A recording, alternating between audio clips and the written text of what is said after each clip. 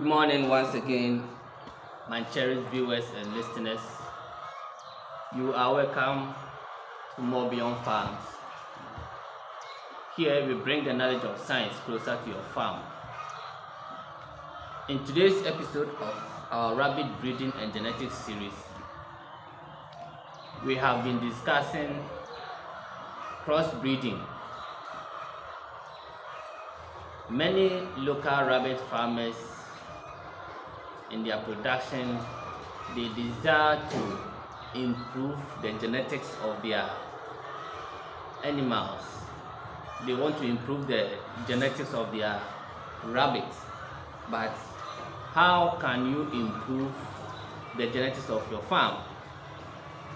You know, in animal breeding and genetics, we do say that every cross that you will do, that cross must lead to an improvement in the genetics of your rabbit.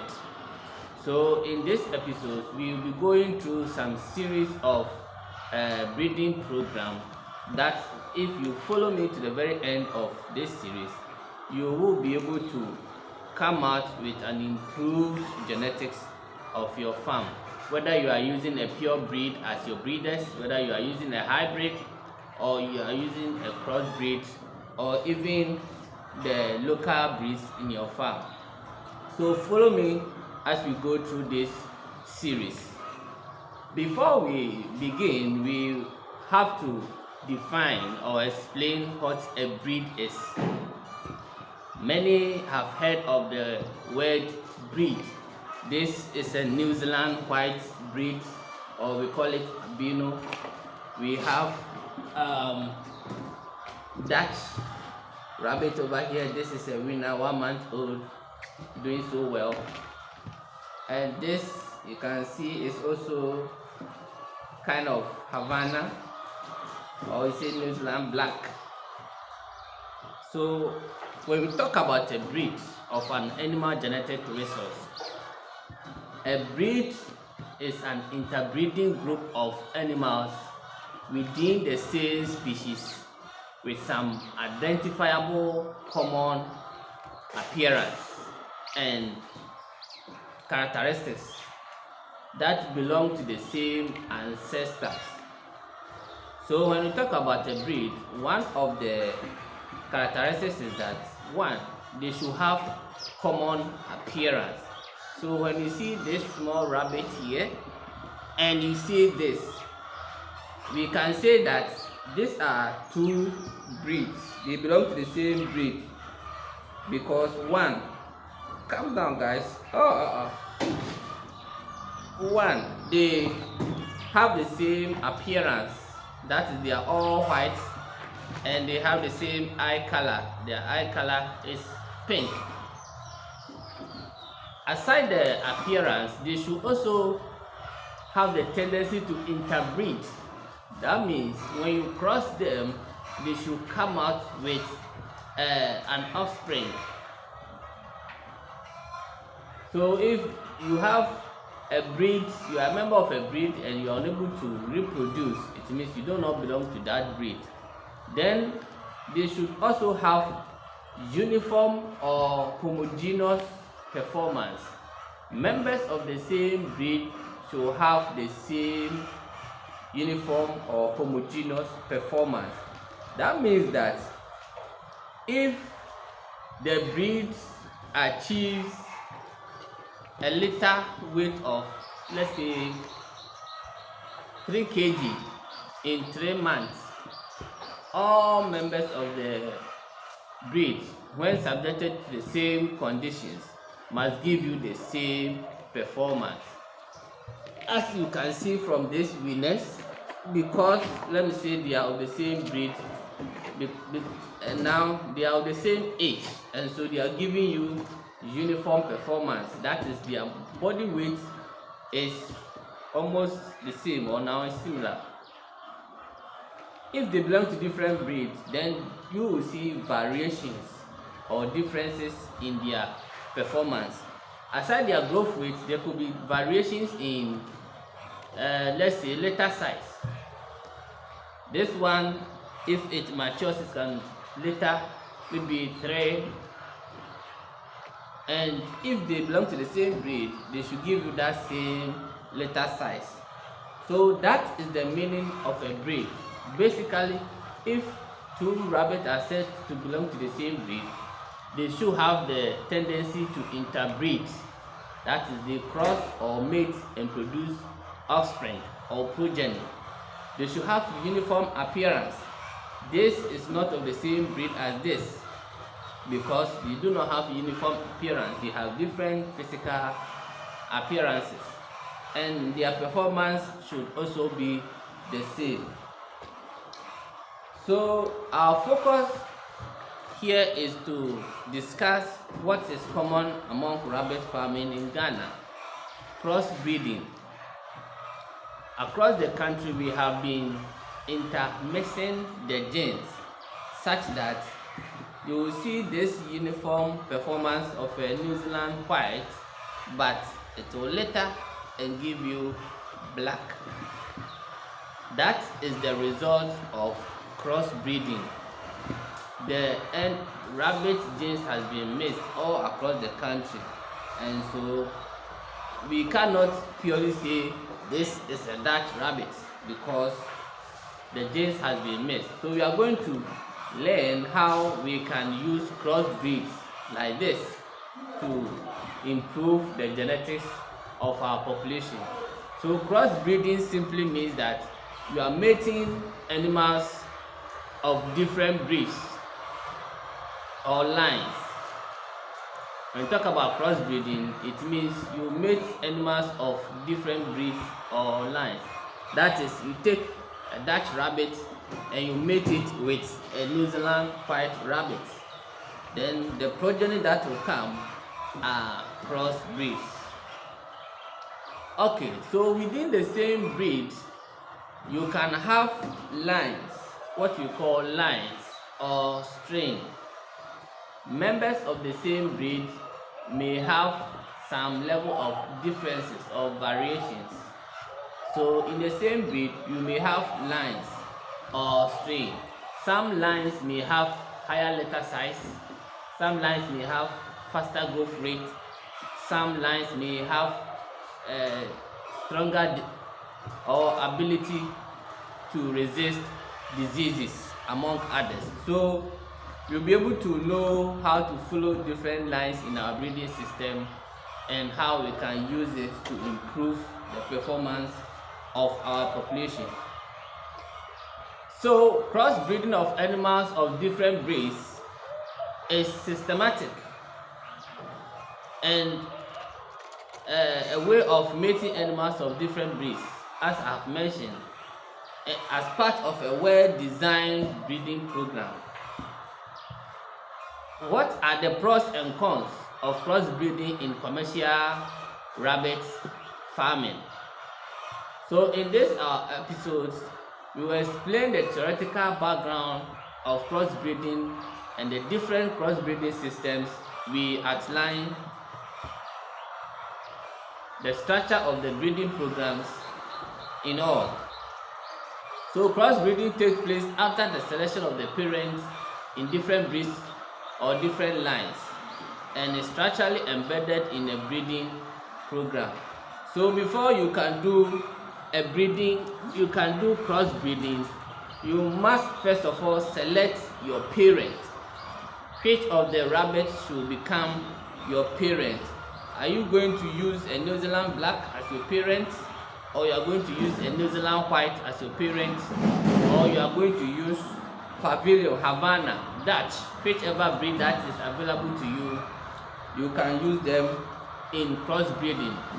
So in crossbreeding, you can start with a hybrid, or you can start with a pure breed, or you can start with the crossbreed itself. So one thing you have to note is that all hybrid animals, let me say all hybrid rabbits are crossbreeds, but not all crossbreeds are hybrid. All animals that are hybrid are as a result of crossbreeding. They are crossbreds, but not all crossbred animals are hybrid. So when we look at this one, these ones are crossbreed animals. So they have slower growth rate, but they are not what? Hybrid. And in most local farmers have hybrids in their farm. They sell it at higher prices because they have good performances. In the course of today's video, we will understand why the offsprings that come out of hybridization, they perform better than even the average of the performance of their parents. So in a well-designed breeding program, as I have mentioned, it is systematic, and we will have to follow certain systems or routines before you will be able to achieve the genetic improvement that you want. The first thing that you have to do if you want to design a proper breeding program for your rabbit, that is, you want to follow a systematic process to improve the genetics of your rabbit or any livestock. The first thing you have to do is to define the production system that you want to embark on. Which production system are you going to use? And when you talk about production systems, are you going to use an intensive system? Are you going to use semi-intensive system? Or are you going to use extensive system? So in our case, that is in rabbit production, we are focusing on fully intensive system of production. Then secondly, you have to also define your breeding goal. You have to define your breeding goal. That is the second thing you have to do after defining your production system. And what is a breeding goal? Breeding goal is what you set to improve in the rabbit. What is your main target? What do you seek to achieve? Do you want a rabbit that will always give you a higher litter size, or a rabbit that will grow faster to achieve a market weight within a short period of time, or a rabbit that will have a strong resistance to diseases? So we have what we call traits of economic importance. Some traits or characteristics of an animal that are of economic value or importance. So you have to set your breeding goal, then you select your parent to represent them. For example, if this small rabbitry we have here, we want to improve upon the litter size of our heads, that means that I'm going to select those that will give me the highest litter size, and then I'll continue to follow that line to ensure that their litter size will become consistent over time. Then again, if I want to set my breeding goal to get rabbits that can reach a market weight of 3 kg in, let's say, 3 months, then I will always select breeders that will give me the fastest growth rate among the heads. So when you monitor all this, you will know which of the does are giving you faster growth rate, which of the does are giving you higher litter size, and all the traits, so that it will inform you which of the does should be killed or removed from the farm, and which of the does should be kept to serve as parents of the next generation. So after defining your breeding goal, the next thing you have to do is the collection of information. As an animal breeder who is designing a breeding program, you have to collect information, and we will come to understand which type of information that you have to collect at your farm. We will have what we call phenotypic data and family relationships and even at a point you do genotypes or genotypic data. When we talk about phenotypic data, you have to record the growth rates of your offsprings, the day they litter, their weight. We call it litter weight at birth. You have to record for each of the does so that you'll be able to compare which of the does is giving me the highest litter weight at birth. You should also record the litter size so that if you have 50 does in your breeding system, you'll be able to know which of the does is giving you the lowest litter size or the doe that is giving you the highest litter size. Then you follow the line based on your breeding goal. So for instance, if your breeding goal is to get a rabbit that gives you the highest litter size, you measure the litter size of all your does for about 3 or 4 generations, and the one that will give you consistent highest litter size will be selected. That line will be selected as your parent stock, and then offspring from that line will serve as parent for the subsequent generations. That is because the one that is giving you the highest litter size is having genes that controls those traits. So if this rabbit consistently give me a litter size of 3 and this one consistently give me a litter size of, let's say, 10, it means this one is having a gene that has a higher litter size, and all these genes has been synthesized or characterized in rabbits. There are genes that controls litter size, there are genes that controls growth rate, there are genes that controls disease resistance, among all other traits of economic importance. So you have to take the litter size at birth, you have to take the litter weight at birth. You should also take data such as pre-weaning growth rate. The first 6 weeks of the kids that will be born by each of the does, you have to estimate their average daily or weekly growth rate. Average daily or weekly growth rate means that if, let's say, doe 1 litter and gives you 3 litters, you have to measure their weight, each of them, you add them and divide by 3 to give you the average litter weight daily, or you can also do it weekly. Then you compare the average litter weight gain per day or per week of the dose. That will inform you which of the dose is getting more weight within the shortest possible time. The one that will give you the highest litter size, you select from among that line to serve as parents for the next generation. You also take data of family relationships. How are they related?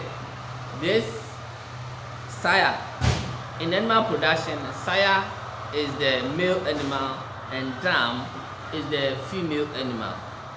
So here the dam is the doe and the back is the sire.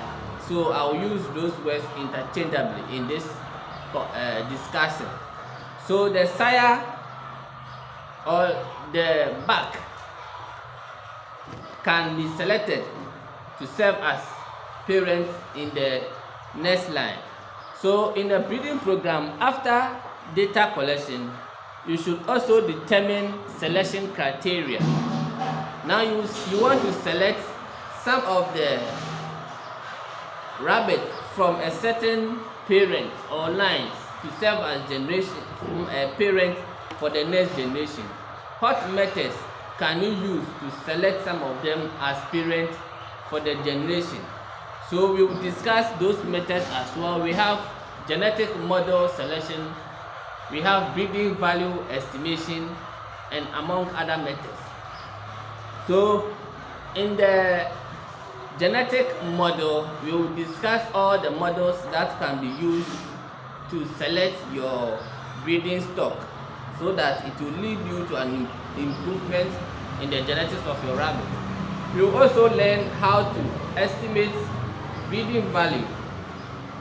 Every animal breeder knows how to calculate or estimate breeding value of an animal or of this rabbit. So if I'm able to estimate the breeding value of this rabbit, then I'll be able to compare it with the other one.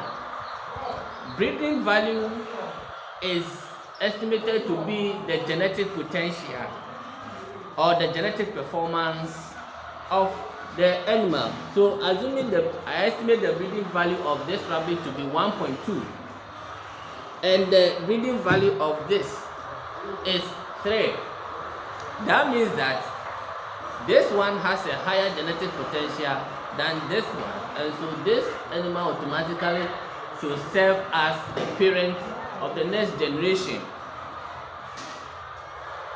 Sometimes the breeding value does not correspond with their physical appearance because there are some environmental factors that inhibit their growth, but breeding value is attributed to their genes, not environmental factors.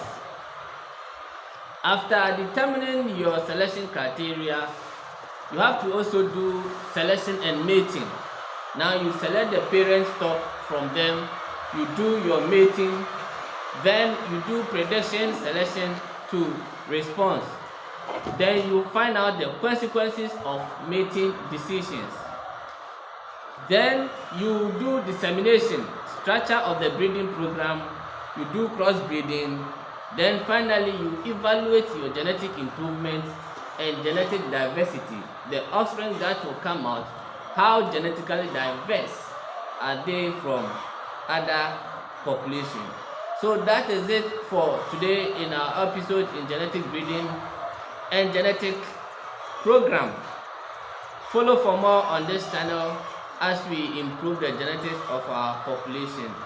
Do not forget to comment, like, and to subscribe to our channel. See you.